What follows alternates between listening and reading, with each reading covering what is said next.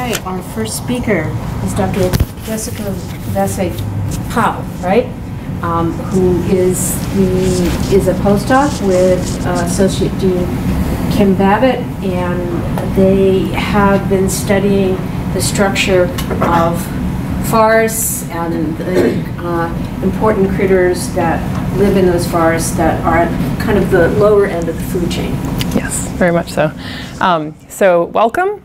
I'm going to jump right in. We're talking about forest buffers and vernal pools. It's a topic that I've been thinking about for over 15 years, but for those of you who are in the room who aren't familiar with these subjects, vernal pools are small depressional wetlands that are found in our forests. They have seasonal hydrology, which means that they usually fill up in the fall with water and then are dry by the end of the summer. This means that they can be really hard to find if you're looking for them in the forest when they dry up, but it's actually really important for the ecology of these vernal pools because it means that no permanent fish populations can be established in these pools. So species that are heavily predated by fish can actually thrive in these environments. And that includes things like fairy shrimp, as well as several amphibian species like the wood frog and the spotted salamander. Now, the condition of the forest surrounding the pools is actually really important to the health of the vernal pool community. So for instance, trees and vegetation that overhang the vernal pool provide shade and nutrients to the pool. They also help to filter surface water runoff and thereby maintain water quality within the pool itself.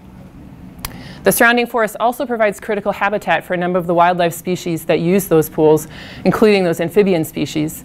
For example, the spotted salamander breeds for about 2 weeks every year in the pools, but then they go back out for 90% of their lives into the surrounding forest, sometimes migrating over 400 meters or up to a quarter mile away from the pools. So you can start to realize that disturbances in the forest have the potential to disrupt important life cycle processes for these animals, whether it's in the pool or in the forest itself. So why should you care about vernal pools? Why should you care about amphibians?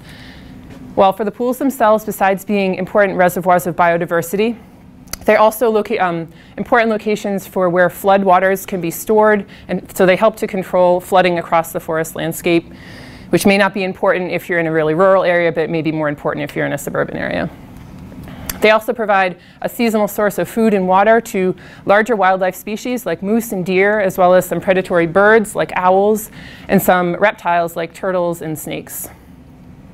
Now, the amphibians themselves provide a number of important ecosystem services. For instance, they are invertebrate predators in both the forest and the vernal pools. In the pools themselves, the salamander larvae actually prey upon mosquito larvae, so that's a positive thing. They're also a very important part of a nutrient and energy transfer pathway between the forests and the vernal pools. So every time the adults come down to breed in the pools, they're bringing energy and nutrients from the forest down into that wetland, and vice versa when the metamorphs then emerge from the pools and go back out into the wetlands. So to have vibrant forests, it's actually really important to be able to maintain functional populations of these species that provide us these different ecosystem services. But when it comes to amphibians, we know that they're ranging pretty far out away from these vernal pools. It can be hard to balance legitimate forest uses like forest harvesting with the management of these species and of vernal pools. So in Eastern North America, forested buffers are the most common tool that we use to try to achieve that balance. A forested buffer, as you can see from this picture, is just a relatively undisturbed strip of forest that's left immediately adjacent to the wetland. In practice, these buffers are usually less than or equal to 30 meters or about 100 feet.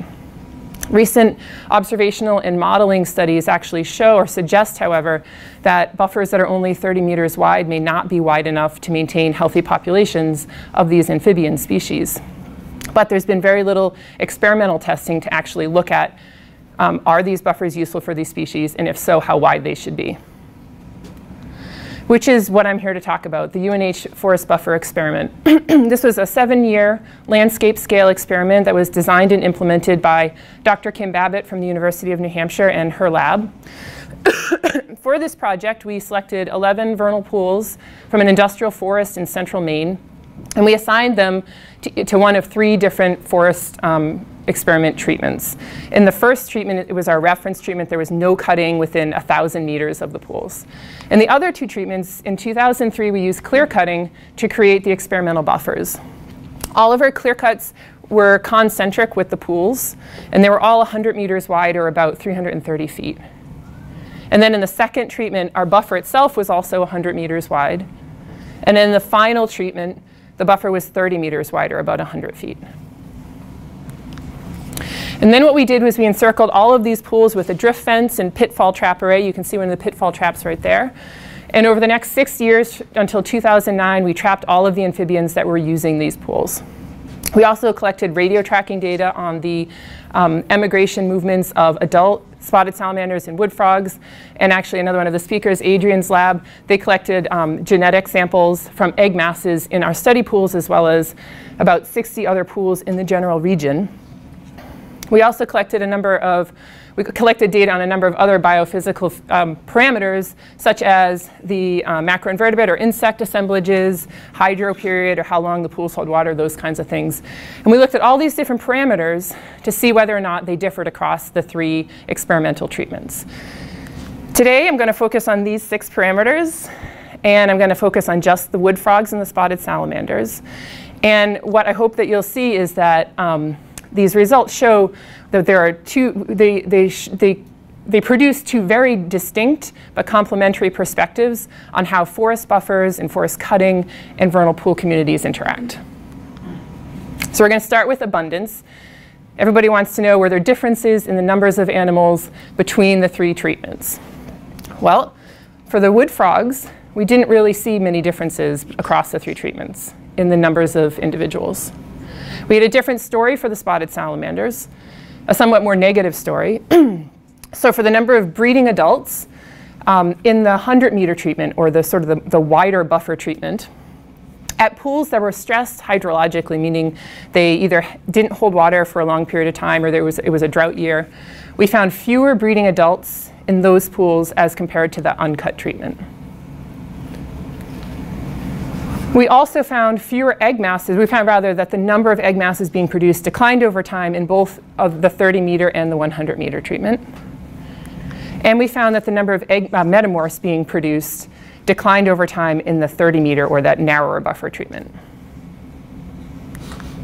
Then we looked at recapture patterns. And this is important because for both of these species, the adults return to breed year after year, usually in the same pool. So any animal that you're recapturing is a mature or an experienced breeder. And what we found was that for both species in that narrow buffer, the 30-meter buffer, there were negative effects of the cutting on the recapture patterns. So for the wood frogs, across the whole study period, there were fewer recaptures. And for the spotted salamanders, what we actually saw was an increase in new recruits in the first couple of years of the study. But those new recruits didn't return to be recaptured for whatever reason.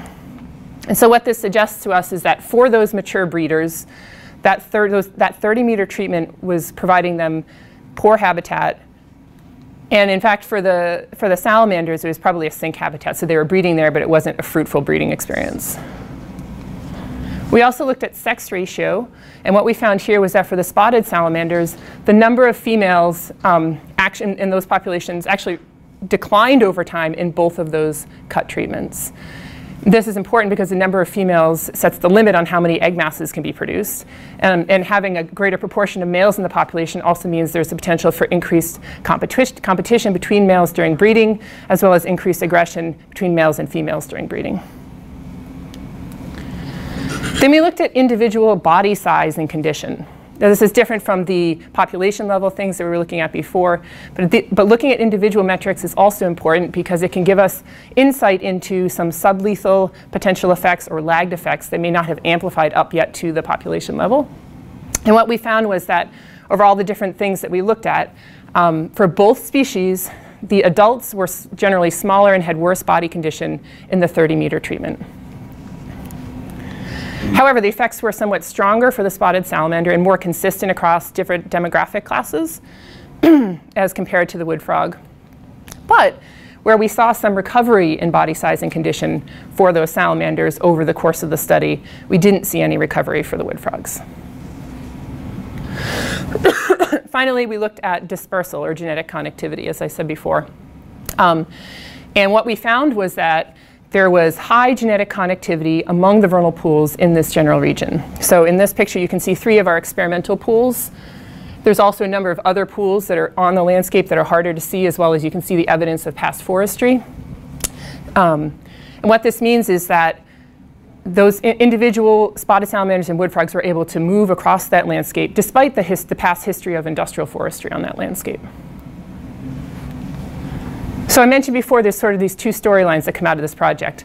On the one hand, there's this negative storyline, where when you look at individual pools and the populations in those pools, you see negative effects of forest cutting on population composition, like the sex ratio or the recapture patterns. You see sublethal effects to individuals in terms of size and body condition. And in the case of the 100 meters treatment and the spotted salamanders, we saw some increased sensitivity to water stress.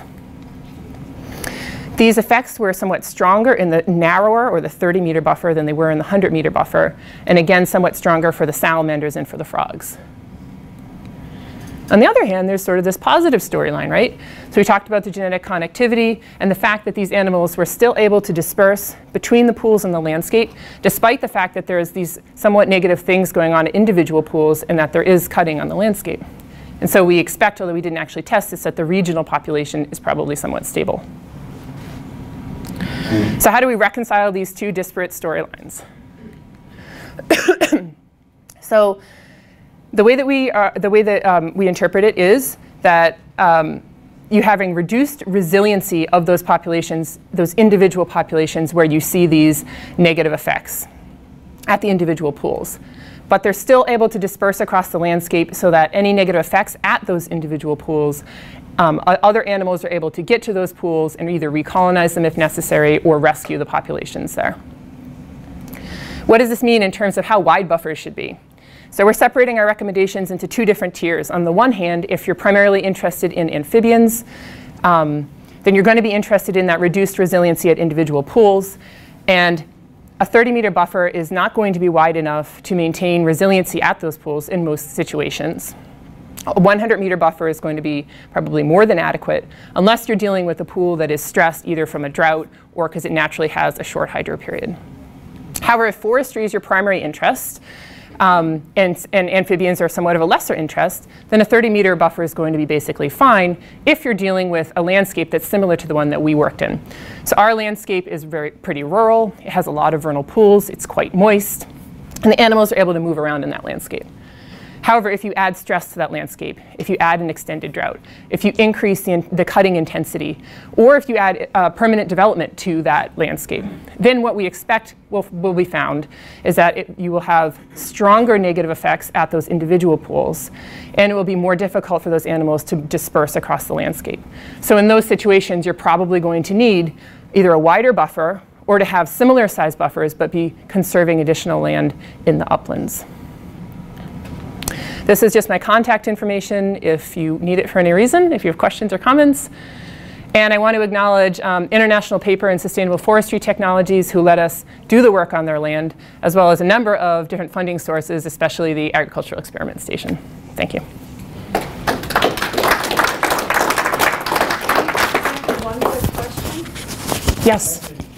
Negative effects. Yeah. 1%, 10%, 30%, And for the abundance. I'm trying to remember figures, and I don't have it off the top of my head. I'd be happy to get it back to you, but it was pretty noticeable for the adults. We're talking about just those water-stressed pools in the 100-meter, and whereas we might be having 10 individuals from those water-stressed pools in the 100-meter, it might be something more like this is somewhat of a educated guess, but 50 or 60 individuals, which is, for salamanders, is a fairly large population.